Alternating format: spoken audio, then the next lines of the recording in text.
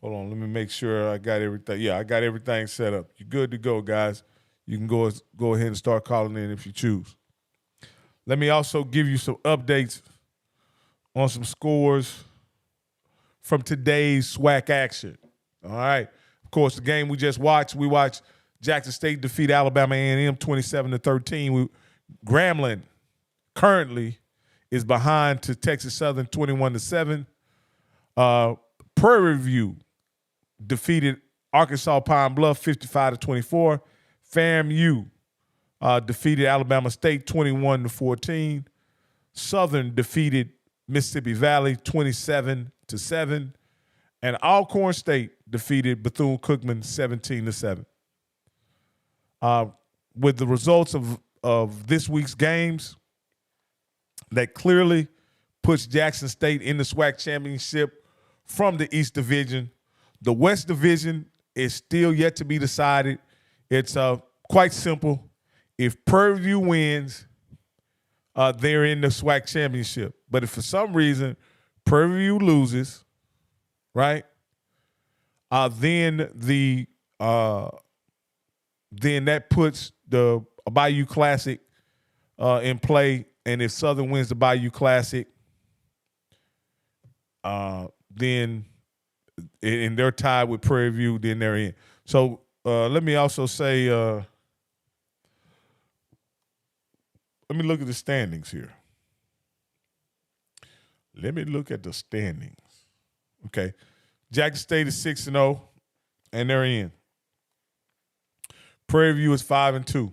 So here's the situation.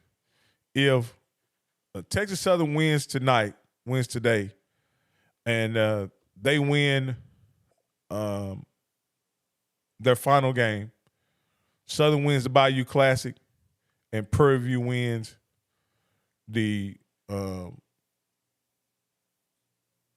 wins their last game against Mississippi Valley, then of course Prairie View goes. But if for some reason Prairie View loses next week and Southern wins, Texas Southern also wins, then that puts a three-way tie, and then the East Divisional record will come into play. Just the East Divisional record, and then after that, you'll have point differential. So Prairie View has their fate in their own hands. If they just win out, then they're in. If you like to call it,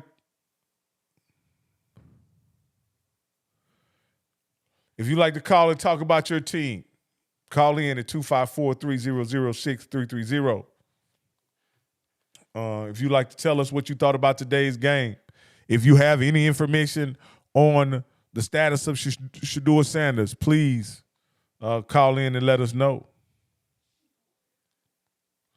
Because it looked like he got rocked pretty good and left the game early and did not return. Let me see what we got here. We got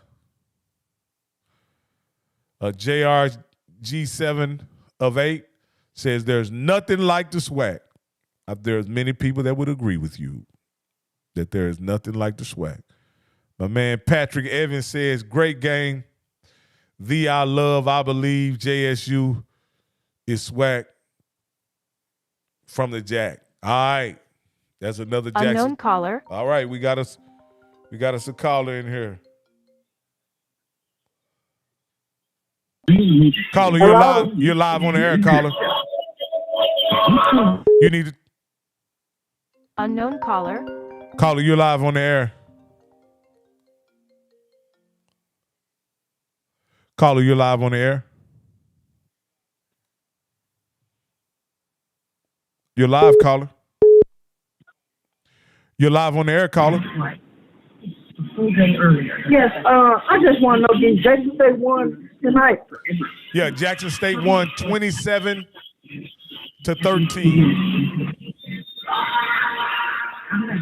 Yeah, that's my team. All right. Who am I speaking with? Lamonte Anderson from right. Jackson, Mississippi. From Jackson, Mississippi. Thank you for calling. Caller, you're on the air. Hold on a second, buddy. Go ahead, man. Go ahead now. Go ahead, bro. Okay, this is my thing. It's a reference to the Jackson State game. Yes. My biggest thing is about the referees, man. I find it kind of interesting how they can review the other team's plays, but they can't review Jackson State's plays, which is kind of interesting. Are you a Jackson State fan? Yes, I'm a Jackson State fan, but I'm also a football fan. I just like for things to be fair. But I noticed they like say for instance when he threw the ball and it was he was throwing the ball to the running back on the running back play, and it was behind the line of scrimmage, which was a fumble. It would be a fumble any other time. They did not review that play. Yeah. But they reviewed the interception. Yeah, I think again, I'll just put it like this: not to say that the refs were favoring one team or the other. I will say this: in 3 years of watching SWAC officiating, they are very inconsistent. They are very inconsistent. Okay, you know what I mean. I'm not going to say they favored one team or the other. And if you end up on the short end of the stick as a fan, of course you're going to think it's it affects the outcome of the game. But at the end of the day, I think SWAC officials, for whatever reason, are very inconsistent, and they don't manage the game very well, in my opinion. That's just my opinion. It's not that they don't. Yeah, I'm noticing it because I just like consistency. I'm like, they did not. I mean, at least review it, because you can clearly see he was behind the line of scrimmage. And I don't care if you play middle school, to high school, to college, to NFL, that is behind the scrimmage, and that is a fumble. So, yeah, what I really do find interesting in this game is that what's that? When you evaluate how Jackson State played, they played okay. They didn't play very well, in my opinion. You're right. But when you take into account, there were literally 3 touchdowns called back. You're right. That's true. That's what makes them unique. And how many times did that happen in the game? Like, they had 3 touchdowns called back, and they still win by 14, of course. But if those touchdowns stand, all of those touchdowns, it's definitely a blowout. Yeah, it's a blowout early too, and it's a blowout early. You're right. So when you think about things happening like that, this is just me. I'm not a conspiracy theorist at all, right? But when you talk about a big game like that, I always wonder sometimes, especially in an NFL game, a team goes up by 17 points, 21 points, and then all of a sudden they can't do anything right, in the referee's eyes. And a lot of times I think, are the referees, being really hard on the team that is winning, just to give the other team a chance to come back and maybe make a play or whatever. I'm not saying that's what happened in this situation, but I always wonder that you see that happening in the NFL. Man, thanks for calling, and I appreciate your input. Hey, appreciate you. Thank you. No problem. Take it easy. Caller, you're on the air. Yes. Oh, you still on? Oh, my bad. Well, go. Cool. All right. We've got lines open. We have lines open. That's 254-300-6330. That's 254-300-6330. We got lines open. Let me see what we got. We got some other comments in the chat. My guy said, personally, I think the game was rigged to keep the attention for the game. No way. Called 3 touchdowns and an interception back. Again, I'm not going to say that was the situation in this game, Patrick, but I often see that in the NFL, that a team that goes up by a margin early, goes up early, goes up 14, goes up 17, 21 early in the NFL game. Often you see the other team get opportunities due to penalties and stuff like that. So that's all I'm seeing. Jamie McCoy, Pittsburgh, California. Is that Pittsburgh, California? I didn't know that was a Pittsburgh, California. Let me see what we got else here.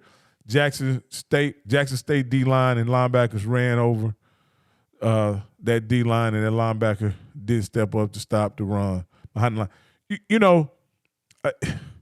You may, on the surface, let me see if I can look up the stats, because on the surface, it may look like J-State had a tough night against the run. But when you look at the stats, and also considering that Alabama A&M got inside the 10 3 times in my memory, and they were not able to get the ball in the end zone, how bad was the run defense of Jackson State? You know, you have to really look at this objectively, right? How bad of a defensive effort was it against the running game if Alabama A&M were able to get inside the 10-yard line 3 times and they only literally gave up 1 touchdown 3 or 4 times? Unknown caller.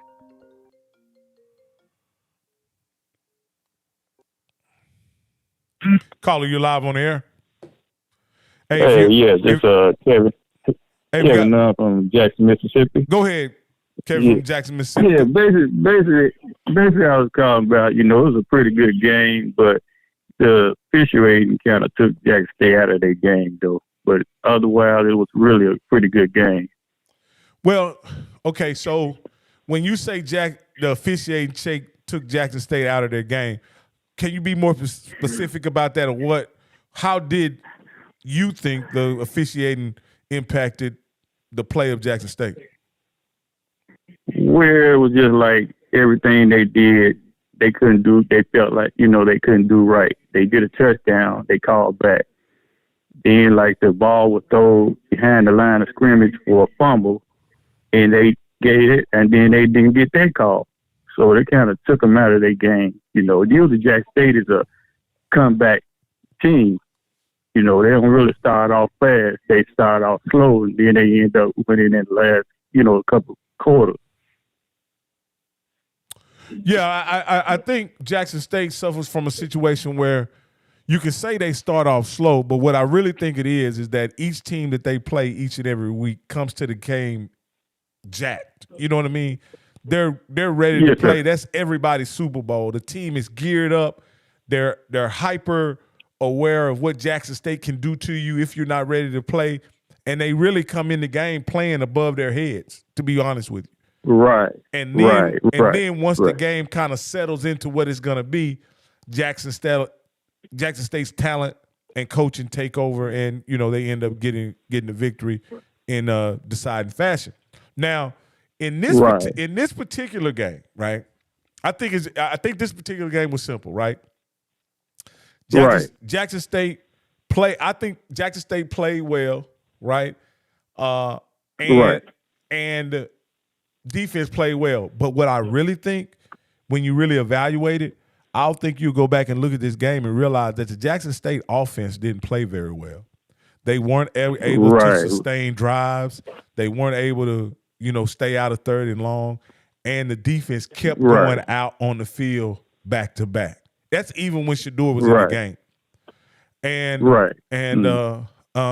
And they came out the gate passing the ball. I want to say their first 11, 12 plays were all pass plays, and they didn't run Savion Wilkinson one time. So when you think about all of that in this game, I think it was a situation where the offense struggled, put the defense on the field, many more plays than they're used to, and the defense actually, gave up a few things. But when they got down in the red zone, they tightened up and did what they had to do, in my opinion. Because at the end of the day, you can say what you want to about the yardage that was given up.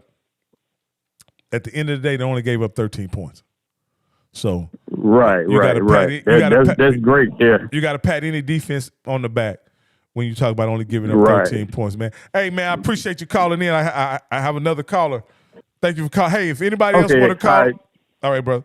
If anybody else want to call in at 254-300-6330. I had another call on hold, and they just dropped off. So we got lines open. If you want to call, I'll be here for a few more minutes to take your call. So just let me know.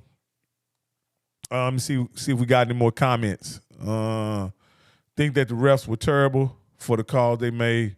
I was totally upset. Well, again, if you watch SWAC games, you'll find plenty to complain about the refs. I think, as a football fan, the refs is something that both teams have to deal with. In this particular game, I think it disproportionately impacted Jackson State because Jackson State was, there were some really big plays that were called back because of refereeing, whether it was something that wasn't called or there was a penalty on the play. So I think that's why, Jackson State fans feel, that they were more affected by the Unknown caller. penalty. You're live on the air? Who am I speaking with? Oh, my name is Jerry. I'm from Jackson, Mississippi. Yes, sir. Hey, yeah, I like the game now. Don't be bad. The game was all right. Hey, man, I can barely understand you, man. Can you slow down a little bit? I said, no, it's a good game now. Yeah, it's your phone, man. I don't know if you're on a headset. I don't know if you're on a speakerphone or what you're on, man. I can barely. All right, hold on. No, I said, that was a good game, though, they played. I give them prop. Oh, you say you think it was a good game they played? Yeah, that was a good game now. Don't get me wrong with that. They played their hearts out today. Yeah, I thought they played a decent game as well. I also thought that at the end of the day, the offense had a little trouble today, more trouble than they usually have. And the defense got a little, I hate to use the word exposed because I don't think they had exposed, but I think the defense was extended, were put in many more difficult situations than they usually.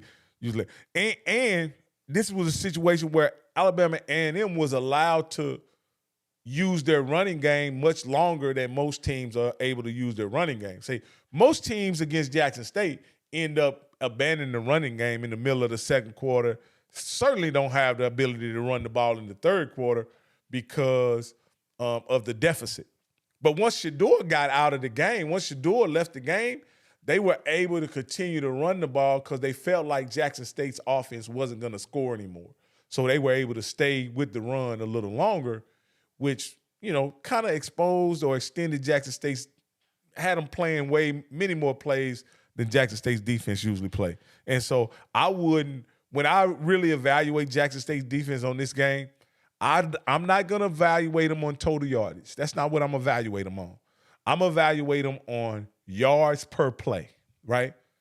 Yards per play, right? How many yards per play did they give up? And if I had to say, they were probably under 4 yards per play when you think about it. They gave up less than 4 yards per play. Let me see. Okay, if anybody else would like to call it, I missed a couple calls. I'm sorry guys if I missed your call.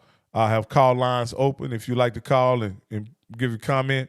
I got about 6 more minutes. I got 6 more minutes I can give you on this, and then I'm gonna resume my weekend.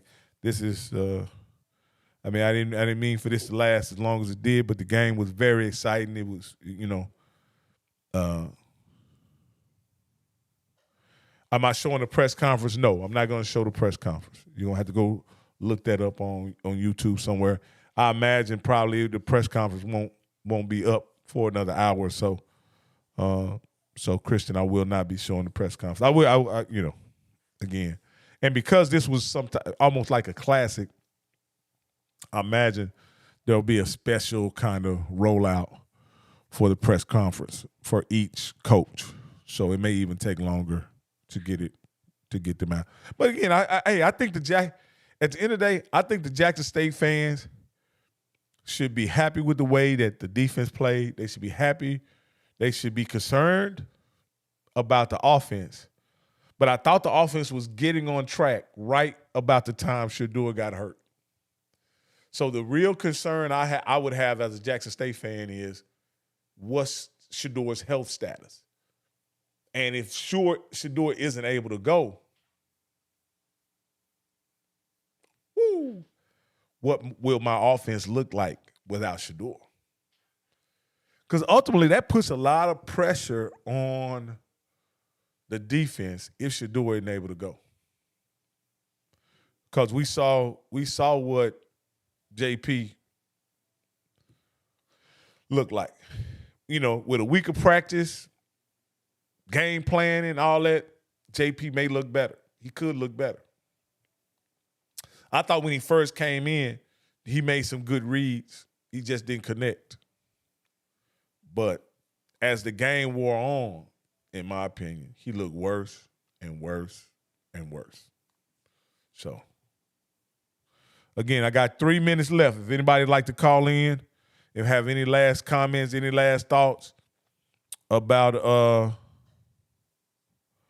what was said, I certainly love to hear from you guys, man. It's been a pleasure. It's been a pleasure this evening watching the game with you guys and just, just having you guys on while I watch the game, getting your comments, getting your thoughts, interacting with y'all. I want to thank all of you who actually subscribed to my channel. I am going to be coming out with more sports content, swag content, things of that nature. So I want to thank you. Also, if you are a cigar smoker, if you're a cigar smoker, I strongly suggest, highly recommend you going to our website and taking a look at our inventory at slowburnwaco.com. That's at slowburnwaco.com. Oh, the number is, there's the number right there, 254-300-6330. 254, there it is right there. There's the number right there. Can you see it? Is it big enough? I put it up there.